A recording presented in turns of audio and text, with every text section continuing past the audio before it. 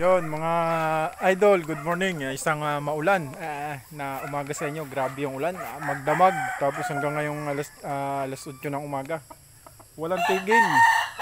Grabe. Pa yung aking ibang late born ay tinamaan po ng konting sipon. Gagamutin natin. Ewan ko kung pag hindi magiging maayos yung kalagayan nila, ikakal na lang po natin. Kasi may mga kumukuha sa atin na lumalaban sa mga trikak. Dito po sa amin pag mga trikak, purkak, big event na po yun. Ngayong umaga ay mag-ano tayo, kukuha muna ako ng gagawin kong balag dun sa aking pipino na tinanim. Bali tubo na sila mga idol, pero update ko kayo dito sa aking mga stag. Bali update lang to pa doon sa aking mga stag. Ito po ay aking mga tinira naman para doon sa aking breeding sa susunod na taon. Kasi mahirap tayong maubusan tayo ng pang breeding. Wala na tayong kung sa ay mag-ipon pa tayo ng budget para sa susunod na taon bibili po tayo ng pang-upgrade ulit. Kasi kailangan yearly nag-upgrade tayo. Kasi yung labanan po ngayon mabigat na. Kahit tayo ay yung manok natin ay kukunti lang, kailangan mag-upgrade din po tayo. Ito yung aking mga tinira na stag. Mga idol, aking brood stag na tinira.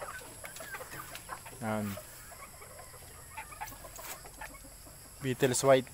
Kung tawagin ko po ay Beetles White. Sarili kong blend by the white jacket na pinasukan natin na ibang linyada. Good station. Brood stag ko po yan sa susunod na taon.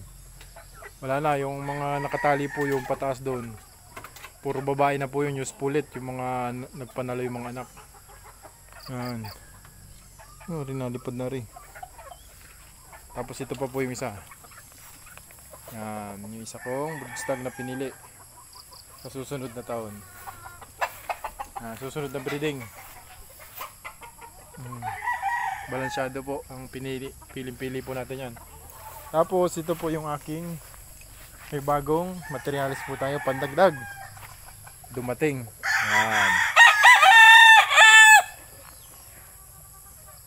Ang bloodline po ay sweater Boston. Boston sweater, yung mas magandang banggitin niya.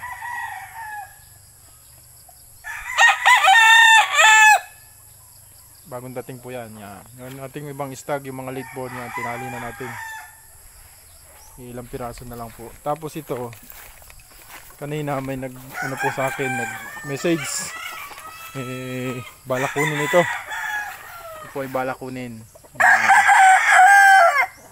Ating stag, 3 po yung balakunin. Halos mga ubos-ubos na. Kaka ito. Balak po yung kunin. Sabi ko puntahan na lang dito. Para makita po ng personal. Mas maganda po yung nakikita nila ng personal. Yung binibenta kasi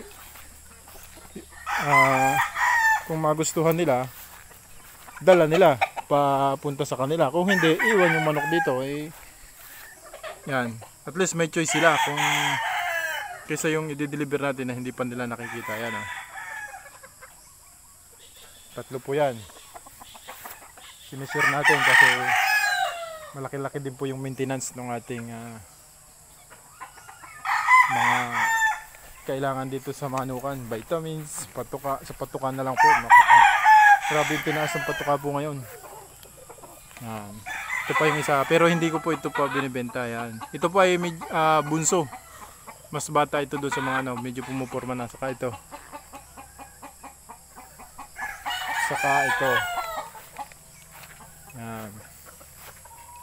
Mga tira-tira. Mga ipapahuli na po natin ito.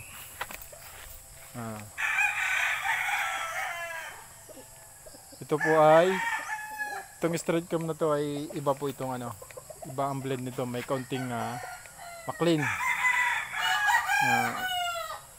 Ganda na, parang kailan lang.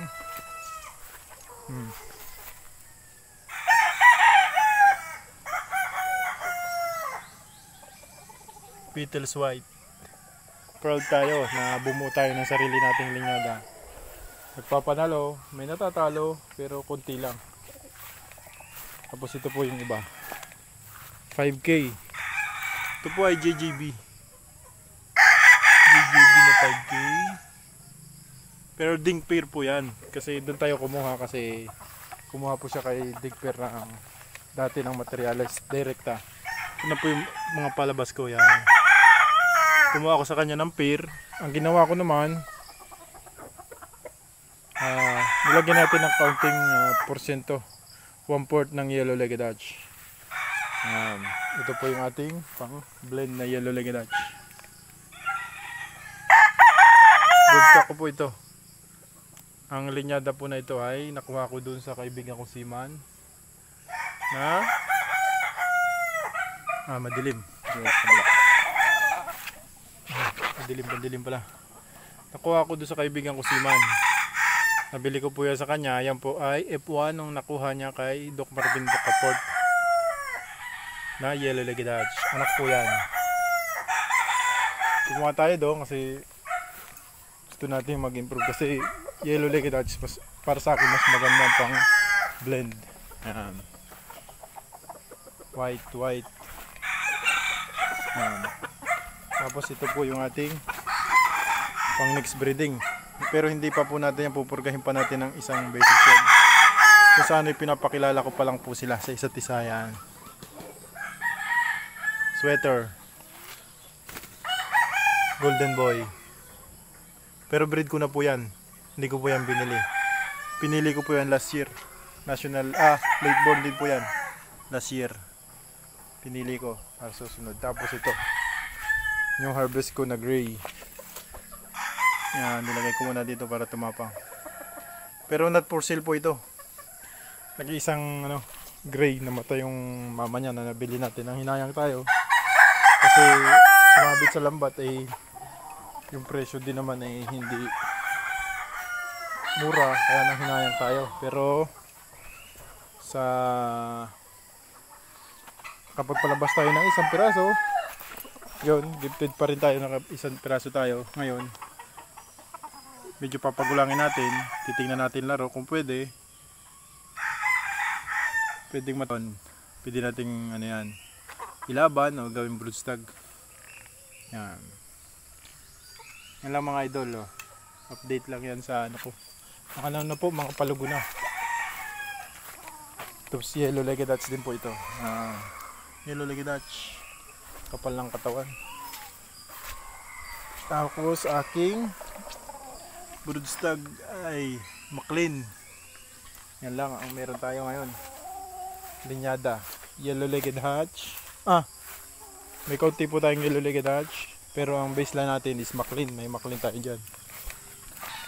Maganda yung score. Tapos Beetles White, meron akong konting bulik. Yun lang. Tapos sweater, 5 linyada lang. Yan, ito mga idol yung pipino. Maganda na. Yan, kukuha ko ng pambalag habang hindi pa umuulan. Pangkonsumo lang po, pangkain-kain. Sayang naman yung lugar, hindi pa naman nagagamit. Yan. Tanim din tayo ng dyan, kamote. Upo. Kabila lang po ito ng manok ako. Kabilang side. Hindi naman dati ko po ito ringing, hindi pa naman nagagamit. Tinaniman ko muna. Tapos upo dyan sa taas, upo.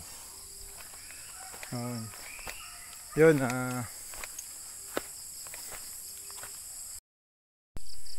mga idol, in-update ko lang kayo dun sa ating mga manok.